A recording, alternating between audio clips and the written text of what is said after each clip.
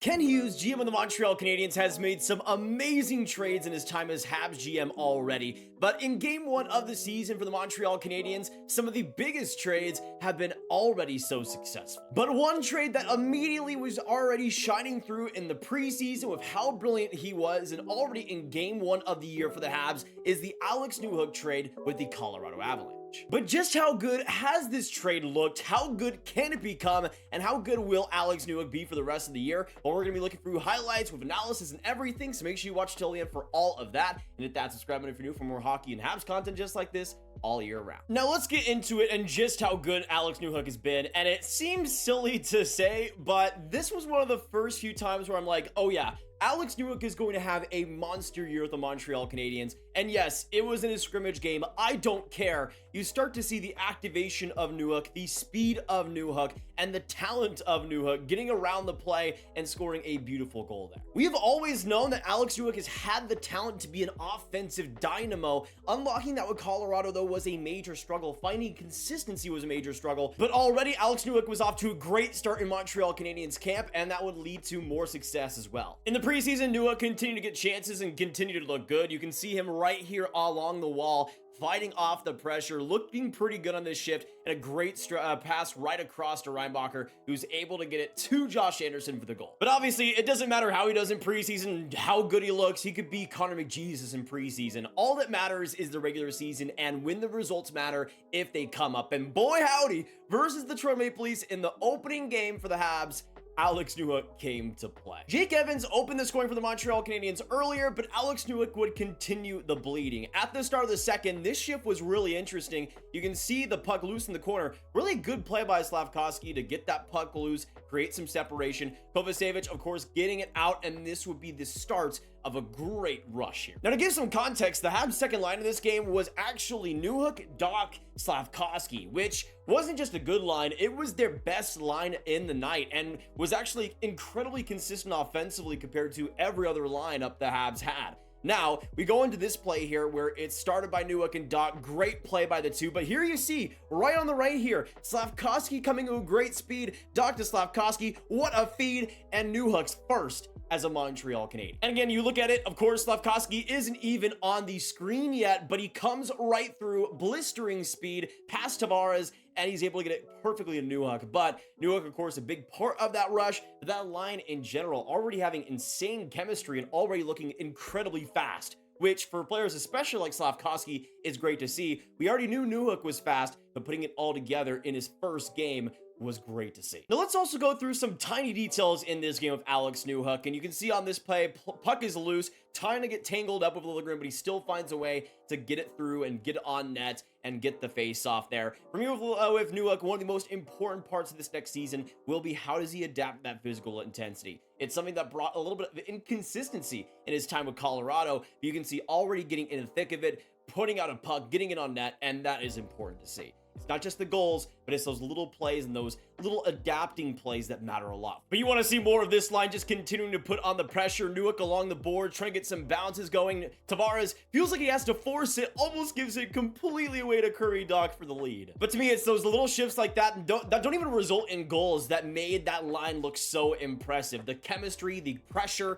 and the heat that they put on the Leafs in general in the offensive zone was great to see. From top to bottom, that line was cooking, and I mean, deserved to play every single minute. They were brilliant. But now we go on again to the third period. 3-3, still tied between Montreal and Toronto, but this line again would continue to create so much good pressure. And to Juraj Slafkovsky's credit, this is probably one of the best games he's ever played, especially in the small little details. You can see him in the corner of the screen here while the puck is on the boards. Basically a complete half he has to skate to get to it, but Max Domi way too patient with the puck, and Slafkovsky perfectly times it to be able to strip the puck, and this is where it is all starts. Slafkovsky is able to take this puck, just make a simple pass to Kirby Dach, which creates some separation, and then you can see Kirby Dach continuing to go. He gets it to Arbor Xhekaj, and right for the tip, right there, Alex Newhook 4-3.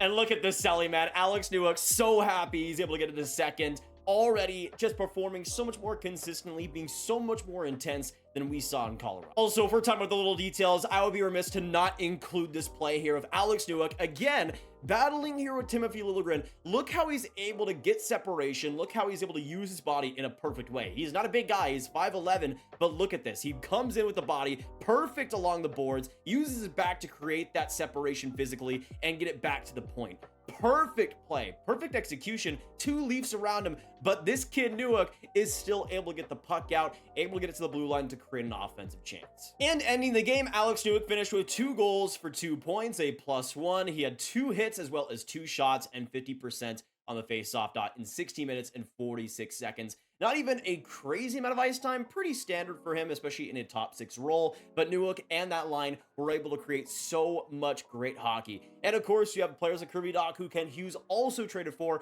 another younger player that he also bet on and has produced amazing results as well. But Newhook, already in his first game as a Montreal Canadien, is looking like one of the best players on the ice. Not even full. And hey, he only took 4 faceoffs, but he was 50%, and comparing that to prior years, that's pretty good. That's definitely an improvement. We'll see how much faceoff responsibility he actually gets, especially if Kirby Dach is going to center that line, which probably should be the case, but it's good to see Newhook also improving in that area in case they have an injury, they need another centerman. Newhook can step in and hopefully provide some good faceoff ability too. For how young he is, a lot of younger players aren't the greatest at faceoffs, but Newhook improving in that area would give him even more diversity. But now we look at it, Alex Newhook, not even 23 years old yet as a center / left wing, already providing great play for the Montreal Canadiens. And again, you can see, compared to what he was able to do with Colorado, already getting off to a hot start here with the Habs. You can see in one game, 2 goals for 2 points. You can see he's been hovering around that 33 point range for in his first couple seasons in the NHL. And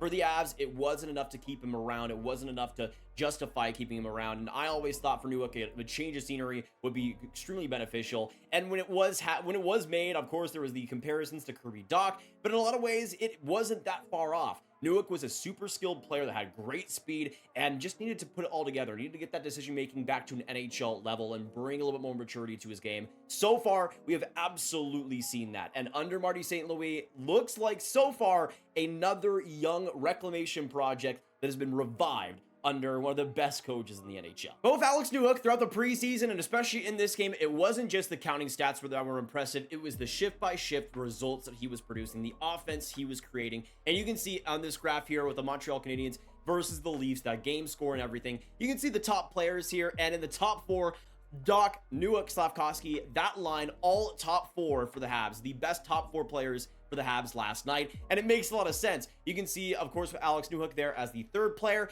producing a good amount of defense for him, which I think is definitely going to be an important thing going in the future with Newhook. Some of the frustrations as well for Colorado was just the lack of effort or the lack of production there defensively, and sometimes just a little bit of lackadaisical play. Him getting a little bit more consistent defensively, putting in a lot more effort will be key, and those physical upgrades that I think we've seen already in Habs training camp with him will also help that a lot too. You can see the offense he was generating, the production he was generating, one of the best Montreal Canadiens on the ice. And you can see players like Slafkovsky also looking great, players like Kirby Dach producing a lot as well on both sides of the ice. That line looks to be a juggernaut right now, and honestly, in ways, might even be their best line, which I know is crazy to say, but they've been amazing. At generating pure offense, they've been the best so far. Now, when you look back at the trade itself, if Alex Newhook continues to have a great season, we see maybe around 50, even 60 points and an incredible bounce back season, an incredible, really breakout season, then for Montreal, this trade really does look quite good. Though for the Habs, of course, they did have to give up Giovanni Fairbrother, a first-round pick, and a 2023 second-round pick. Those picks would end up becoming Mikhail Gulyayev, who's having a pretty solid start in Russia, and Ethan Gaucher. We'll see how those players turn out, how they become, how they develop in the Avs system. But I would say for Montreal, it wasn't too big of a loss for them. Those are 2 players that sure would have made the prospect pool better, but I also don't think would have been sizable upgrades over really anybody in that prospect pool now. Alex Newhook is young enough where he's still 22 and still has a lot of room to grow and will still be a part of when this team is fully complete and fully rebuilt, and that is the biggest thing. He's a great playmaker, a guy that has seemed to improve his shot and his overall anticipation, goal scoring wise too. And it seems like everything for this trade is going to be working out for Montreal. But for Alex Newhook, the change of scenery that looks like he desperately needed has come. And again, another player so far that looks like MSL has completely transformed. We all saw it coming if you paid attention to Kirby Dach's transformation last year, but it is good to see. At this point, though, which younger player could Marty St. Louis not improve at this point? I mean, you could go to even the craziest situations recently. You could bring in Alexis Lafreniere with how down to the dumps it's been with New York. He could turn him into an 80-point scorer right now. It is insane, just the transformation of all these younger players under Marty St. Louis, but specifically the guys they've traded for, man. I mean, and brought in recently, like Kovacevic onto the defense. Players, of course, on the forward group like Newhook, players like Kirby Dach. These younger players that have obvious talent that just need to be unlocked. The Habs have bet on that top-end talent, and they have been rewarded by a coach that gets the most out of it. For a rebuilding team, there is probably very few coaches in the history right now that are doing what Marty St. Louis has done. He is a perfect rebuilding coach who can still get them some losses here and there, but will also make sure those younger players are maximized. And we're seeing it again with Alex Newhook, because of course we are. And when we look at the Habs lineup, if that second line were to stick for them, to me, this would be a second line that would benefit almost everybody involved. Of course, Alex Newhook getting top 6 time and being around 2 young players like him that can work off him, can feed off him, can bring some good speed too, I think is going to be really beneficial for him. But for players like Kirby Dach as well, who we knew were best when they're centering their own line, you can see on that second line, he gets the best of both worlds. He might not be in the first line, but he's going to have great options around him, and that's looking to be the case so far. So for Kirby Dach, it's also great for his development and great as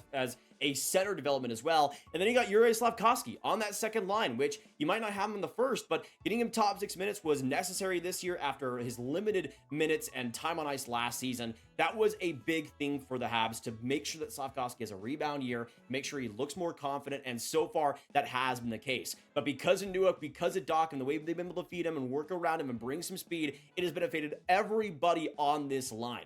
As much as I'm kind of hesitant about how that first line is looking, the second line is perfect. If you don't have to touch it, don't, because it is not needing to be fixed. It is perfect for all 3 of these younger players, and it's incredible to see. And if that line does stick, I could see players like Kirby Dach getting around 60, 70 points, Newhook being a player that gets around 50 points, Slafkovsky hopefully getting around that 40-point range. If that's able to happen, if that's able to be maximized, then for Montreal, honestly, that would be one of the few things that I think could make a successful season for them. All 3 of those players are pivotally important to the Habs in the future, and all 3 are looking clean so far. But let me know what you guys think about Newhook and the trade so far. How are you guys seeing it? Is it W? Is it an L? And how do you see Newhook performing the rest of the year? How do you see that entire line performing the rest of the year as well? Do you see that chemistry sticking, that consistency sticking? Are you excited for the rest? Because I know I am. That second line is looking nasty. But we'll see how it changes and how it performs throughout the rest of the year. But we are certainly optimistic here. If you guys did enjoy, of course, the whole breakdown, make sure that like button, hit that subscribe button, hit that notification bell, and comment down below all your thoughts on Newhook and everything. We'd love to see him. And of course, make sure you share the video with all the hockey fans you guys know online. Click this card for all of my hockey trade rumor content right in one playlist. Make sure you binge that if you haven't already. And I will see you in the next one. Have a great day.